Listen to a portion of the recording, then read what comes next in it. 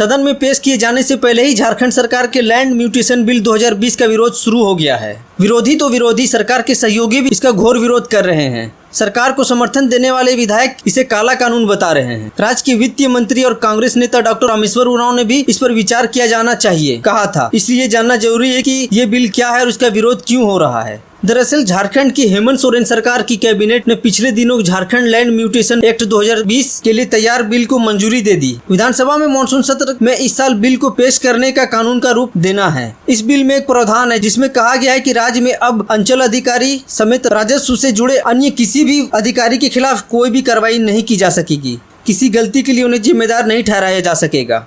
Bill के इस प्रावधान का जबरदस्त विरोध शुरू हो गया है। झारखंड विकास मोर्चा के भाजपा में विलय के निर्णय से नाराज होकर कांग्रेस में शामिल होने वाले मांडर के विधायक बंधु तिर्की ने इसे काला कानून करार दिया। उन्होंने कहा कि लैंड म्यूटेशन बिल काला कानून है। ये गरीब रैयतों का अधिकार का हनन करेगा। इसके जन विरोधी प्रावधान को हटाना होगा। विधानसभा में ये बिल आया तो निश्चित रूप से विरोध करेंगे। किसी कीमत पर ऐसे कानून को पारित नहीं होने देंगे।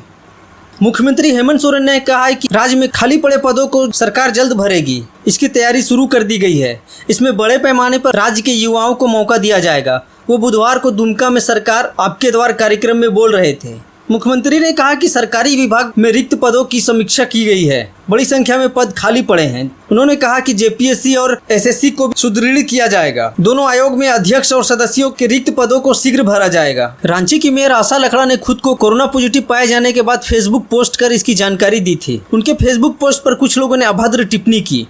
इसके बाद रांची महानगर के अध्यक्ष सूर्य प्रभात ने अरगोड़ा थाना में इस संबंध में शिकायत दर्ज कराकर अभद्र टिप्पणी करने वाले को अविलंब गिरफ्तार करने की मांग की है।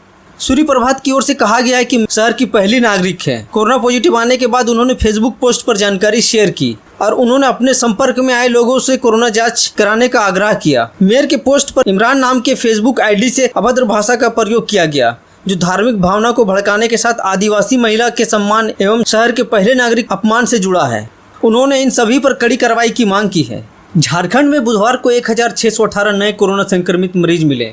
इसके साथ ही राज्य में कोविड-19 पॉजिटिव मरीजों की संख्या बढ़कर 66,074 हो गई। वहीं आज कोरोना संक्रमित 8 मरीजों की मौत हुई, जिसके बाद प्रदेश में कोरोना संक्रमण से मरने वालों की संख्या बढ़कर 589 हो गई। झारखंड में अब स्वस्थ होने वाले मरीज का दर राष्ट्रीय औसत से बेहतर हुआ है। स्वास्थ्य विभाग कोविड-19 बुलेटिन के अनुसार राज्य में अब तक 51,357 लोगों ने कोरोना को मात देने में सफलता हासिल की। स्वस्थ होने वाले 1,607 लोगों को आज अस्पताल से छुट्टी मिली। वहीं 14,138 सक्रिय मरीजों का इलाज अब भी विभिन्न कोविड-19 वार्ड में चल रहा है। राज्य में अब तक 15,38,529 सैंपल की जाँच हो चुकी है। राज्य में आज सबसे अधिक 401 नए संक्रमित मरीज पूर्वी सिंहभूम जिले में मिले, जबकि रांची से 342, कोडरमा से 239, देवघर से 99, रामगढ़ से 96, सरायकेला से 79, पश्चिम सिंहभूम से 76, धनबाद से 61, सिमडेगा से 22, बोकारो से 9, चतरा से 3, गढ़वा से 22, गिरिडीह से 12, गोड्डा से 5, गुमला से 9, हजारीबाग से 33, जामताड़ा से 17, खूंटी से 14, लातेहार से 35, लोहरदगा से 15, पाकुड़ से 7, पलामू से 15 और साहेबगंज से 7 नए संक्रमित मरीज मिले।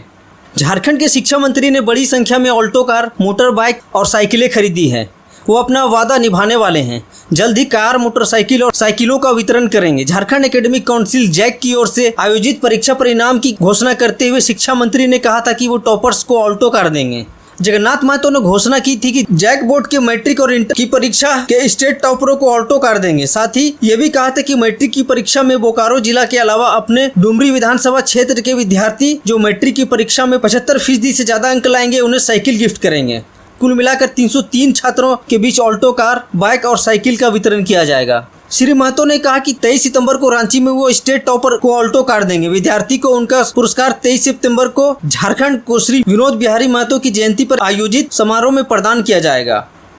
बिहार प्रदेश भाजपा उपाध्यक्ष राजीव रंजन ने आरोप लगाया है कि बिहार चुनाव में स्पष्ट हार देख कांग्रेस के युवराज राहुल गांधी अमेरिका चले गए। गुप्त छुट्टियों पर जाने के लिए मशहूर कांग्रेस के युवराज एक बार फिर पार्टी को मझदार में छोड़कर चले गए हैं। बुधवार को जारी बयान में प्रदेश उपाध्यक्ष ने आरोप लगाया है कि बिहार चुनाव से ठीक पहले उनके गायब होने से एक बार फिर ये साबित हो गया कि राहुल में चुनौतियों का सामना करने की हिम्मत नहीं बची है। राहुल के नेतृत्व में देश और बिहार में कांग्रेस की हुई दुर्दशा किसी से छिपी नहीं है। रंजन ने कहा कि तेजस्वी के बाद ये देश के इकलौते ऐसे राजनेता हैं जिनका हर संकट में छुट्टियों पर चले जाने का पुराना रिकॉर्ड है। दशकों पुराने इनके राजनीतिक करियर को देखे तो सिवाय झूठ और दुष्प्रचार के कुछ नहीं दिखाई पड़ता। चुनाव से पहले गायब होकर इन्होंने एक बार फिर ये साबित कर दिया कि राजनीति इनके लिए महज एक टाइम पास है।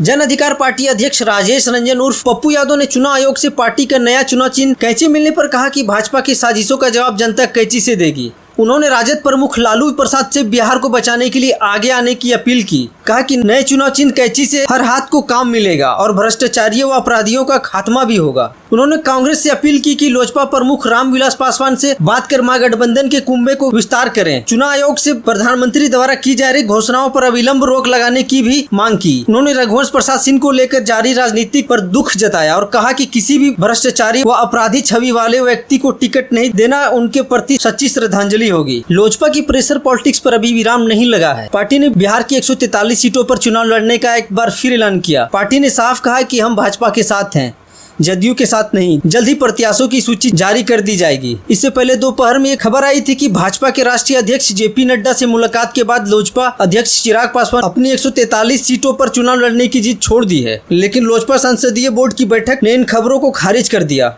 बुधवार को दिल्ली में लोजपा के सांसद और पूर्व सांसदों की बैठक हुई। इसमें एक बार फिर 143 सीटों पर चुनाव लड़ने की बात दोहराई गई। पार्टी ने राष्ट्रीय अध्यक्ष चिराग पासवान को सभी फैसले लेने अधिकृत कर दिया है। इससे ये साफ हो गया है कि एनडीए में सब कुछ ठीक नहीं है। बिहार में विधानसभा चुनाव आया तो नेता फिर से जनता के दरवाजे पर दस्तक देने लगे हैं। इस दौरान ऐसे नेताओं को लोगों के गुस्से का सामना करना पड़ रहा है जो चुनाव जीतने के बाद 5 साल तक अपने क्षेत्र से गायब रहे। ऐसे ही एक घटना जदयू विधायक उमेश सिंह कुशवाहा के साथ हुई। वो गए तो थे वोट मांगने, लेकिन मामला मारपीट तक पहुंच गया। इस घटना का वीडियो सोशल मीडिया पे खूब वायरल हो रहा है। वैशाली जिले के महानगर के विधायक उमेश सिंह कुशवाहा जनसंपर्क करते हुए जगदीशो गांव पहुंचे थे। गांव के लोग अपने विधायक से नाराज थे। नाराजगी की वजह विधायक 5 साल गायब रहना, क्षेत्र के लिए काम नहीं करना था। गांव के लोगों ने विधायक के सामने नाराजगी जताई तो विधायक के साथ चल रहे उनके समर्थक गाँव वालों का विरोध करने लगे। इसके बाद विधायक समर्थकों और ग्रामीणों के बीच पहले कहासुनी हुई, फिर धक्का मुक्की और अंत में मारपीट भी हुई। काफी कोशिश के बाद विधायक और साथ चल रहे पुलिस कर्मियों ने गांव के लोगों को शांत कराया।